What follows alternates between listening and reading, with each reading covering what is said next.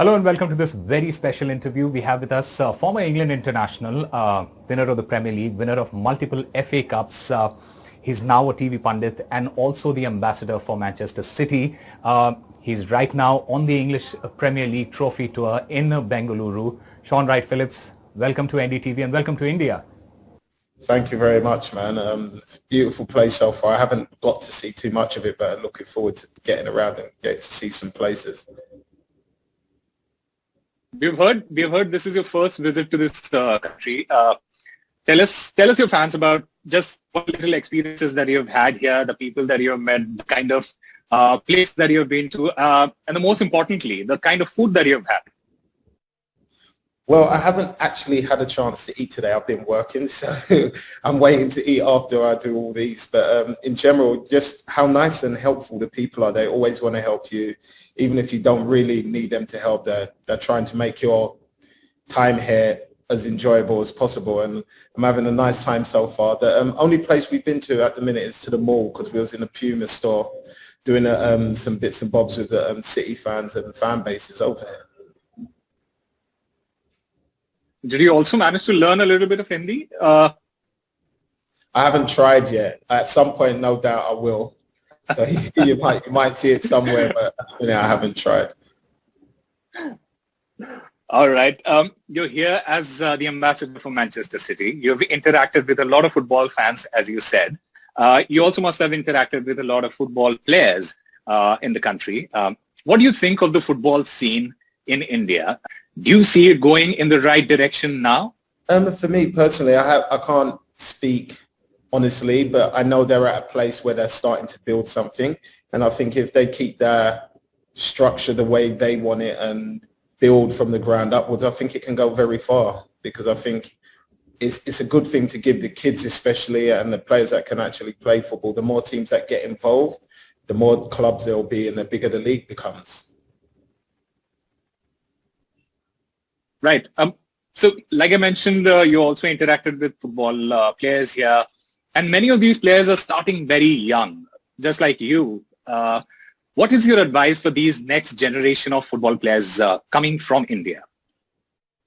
And I think my next, my bit of advice I would give is to stay humble, enjoy working hard, and most of all, remember, play the game with a smile on your face, because if you can make it in a sport that you love so much, you might as well smile about it, because it's not always easy. We all know your association with Manchester City. You have played with them in the youth team. You have also played with them in the Premier League. You have seen this team transition from a mid-table team to one of the best teams in club football right now.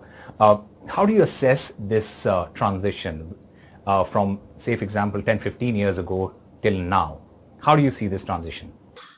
The way I always seem to explain it is if you're a City fan and you remember when I was playing, it was quite a rigid and simple, either 4-4-2 or 3-5-2, which everybody, it was kind of in a way like train lines where you just stayed in your positions and you only kind of moved in certain directions. Whereas if you see Manchester City now and you watch them, I think they're, especially the top 5 players that play from the midfield and attack, they all rotate so much that they all know how to play each other's positions. So there's a lot of interchanging that Pep's brought to the Premier League, and I would say to those players' career, which has enhanced it to a level where now pretty much all of them are classed as elite players, which is very rare for me to see 5 elite players playing so well consistently throughout the last, 4 years, I would say. So the style of football he's brought to the Premier League is just second to none. And I don't think we're going to see anything like that in a long time. You started with Nottingham Forest, then you moved to City. You were also named the Pocket Rocket. Where did that come from? I honestly do not have a clue, to be honest. I remember there was me and another player called Chris Schuker, and he was from Liverpool, and he played on the left and I played on the right, and we was both round about the same size. So Joe Rowe just decided just to give us that nickname, and he called Chris Schuker Weasel and he called me Pocket Rocket. So it just sat there, to be honest with you, and I just imagine it's because I was quick off the mark. Yeah, you started as a winger. Moved to playing wing back, and I believe it was Kevin Keegan who was the City manager when you started doing that. Uh, how did that transition happen from you playing up on the field to playing where you could literally see the entire ground? I can't explain how it happened. I just think the system that Kevin Keegan wanted to play at the time, that was the only visible space he could see me fitting in. And it took him a while to accept that I can play there because of my height situation. But once he put me in and he kind of showed me the basics, I kind of just got on with it, to be honest with you, and learned along the way. And I knew how to defend somewhat anyway, so I just had to get a bit better at that. But I used to run up and down and help my defenders. So there wasn't much difference apart from the fact of, like you said, when I did get the ball, I could pretty much see everything in front of me, and my back or my side wasn't always to the defender. So from that respect, it was actually quite nice because I could see everything coming.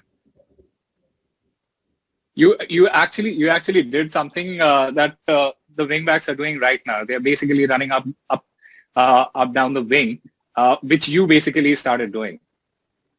I wouldn't like to claim it and say I started it, but maybe you do have a valid point there.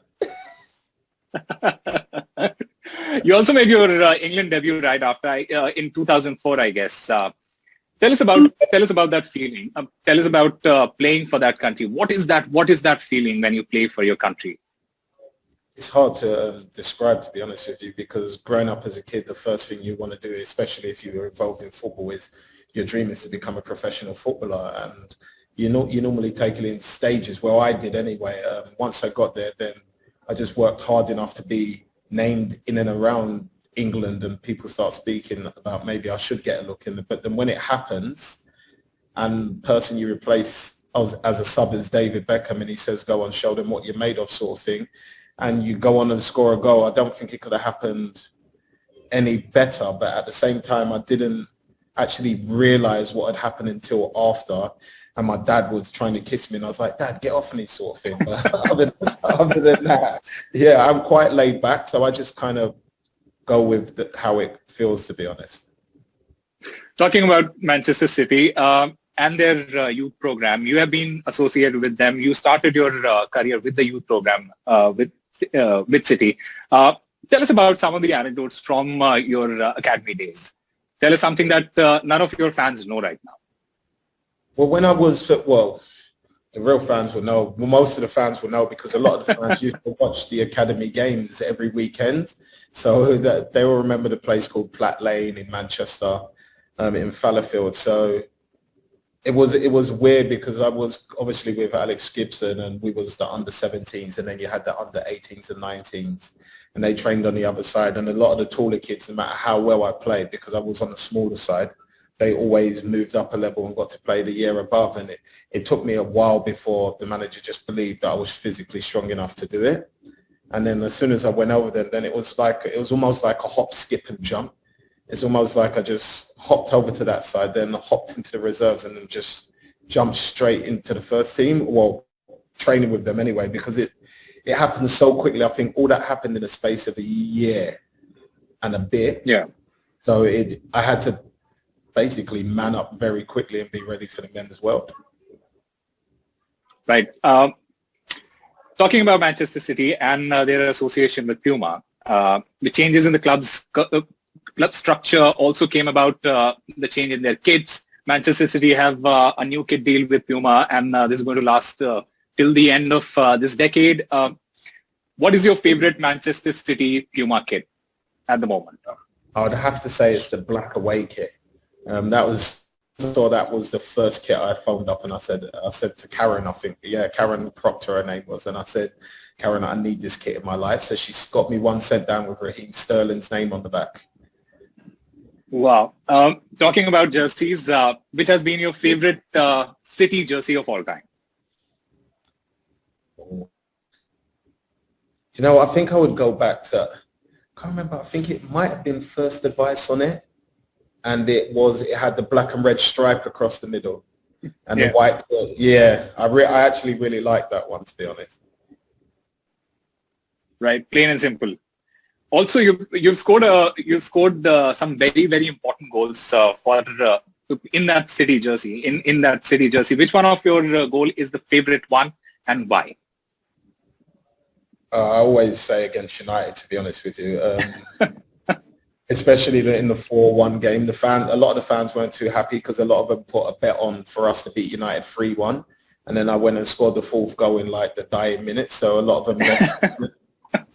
Like, after growing up, playing against United, win, lose, then playing against the senior team, lose, and to actually start beating them and being involved on the men's and the senior level was fantastic. I just felt like I lived that whole journey with some of the fans that used to come and watch me on a Saturday all the way to the senior. So I always say a lot of my career and the people that made me are Man City fans. Always good to score against United, right? It's always amazing to score against them. Talking about the title race, it is the fag end of the Premier League. Two teams who are in neck-and-neck competition right now are City and Liverpool. City plays against Liverpool tomorrow in what could be the title-deciding match. Do you think, first of all, what is your prediction for that match? And who do you think can go on and lift the trophy this year? Because it is really neck-and-neck right now. Well, of course, I'm going to say Manchester City because I'm a Man City fan, so that's who I want to win the game, firstly. I think they're coming up against, it's two of the best teams in the world, hands down right now for me, in every level, and for me, and possibly in every position as well. But it's going to be a fantastic game. There's two giants going head-to-head, and if it's anything close to the game earlier on in the season, then it's going to be a fantastic watch. I also Jimmy Carragher, in fact. I don't think. Sorry, continue. Yeah, this game. I don't think this game will decide the title as cut and dry as everybody thinks. I think it would have a big impact on it. I still think there's a lot to play for and a lot of tough games and challenges for both of these teams after this game. In fact, Jamie Carragher, he mentioned that this is possibly the biggest rivalry in world football right now. Do you agree with him? He's somewhat right. I think the fact that they keep battling each other for the title, it's almost like anybody else around doesn't really matter. It's if we beat you, that the possibility of us winning a title is even higher, which brings intensity to a game and in some ways animosity and that it's good rivalry. And the great thing about it is that both managers have so much respect for each other and their teams. Yeah. All right. Let's do a quick rapid fire with you. I'm going to ask you a couple of questions. We need just one-word answers. Your best mate in football? I'd have to say Wayne Bridge. Who's the best finisher? Hernan Crespo. Oh, wow. Wow. Your favorite player from City? Micah Richards. Nice. Current favorite City player? Kevin De Bruyne. Yeah. Who's the most skillful player that you've played with and against?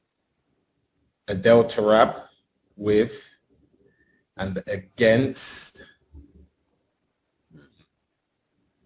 It's a tough one. Never thought about that one. In what position? Against me or just anywhere on the pitch? Anywhere on the pitch. Anywhere on the pitch. Ronaldinho.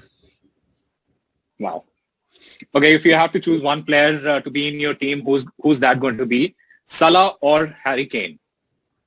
Salah. De Bruyne or Kante? De Bruyne. Aguero or Rooney? Aguero. All right. Thank you very much, Shaun. It was a pleasure talking to you. But before you let you go, just one piece of advice for all the aspiring footballers in India who want to play in Europe and especially in the Premier League. What do you want to say them? Never give up on your dream, and hard work is the key to success, not only in football, but in anything. And as long as you respect that, there's a possibility you won't only go far in football, but in life in general. All right. Thank you, Shaun. Thank you for joining NDTV. It was a pleasure talking to you. All the best for your tour. And we hope, even as a United fan, I just hope that City does go on to win tomorrow. Well, I hope you come down and watch City play tomorrow then. Watch party. Bye. All right. Thank you. Thank you so much. No problem.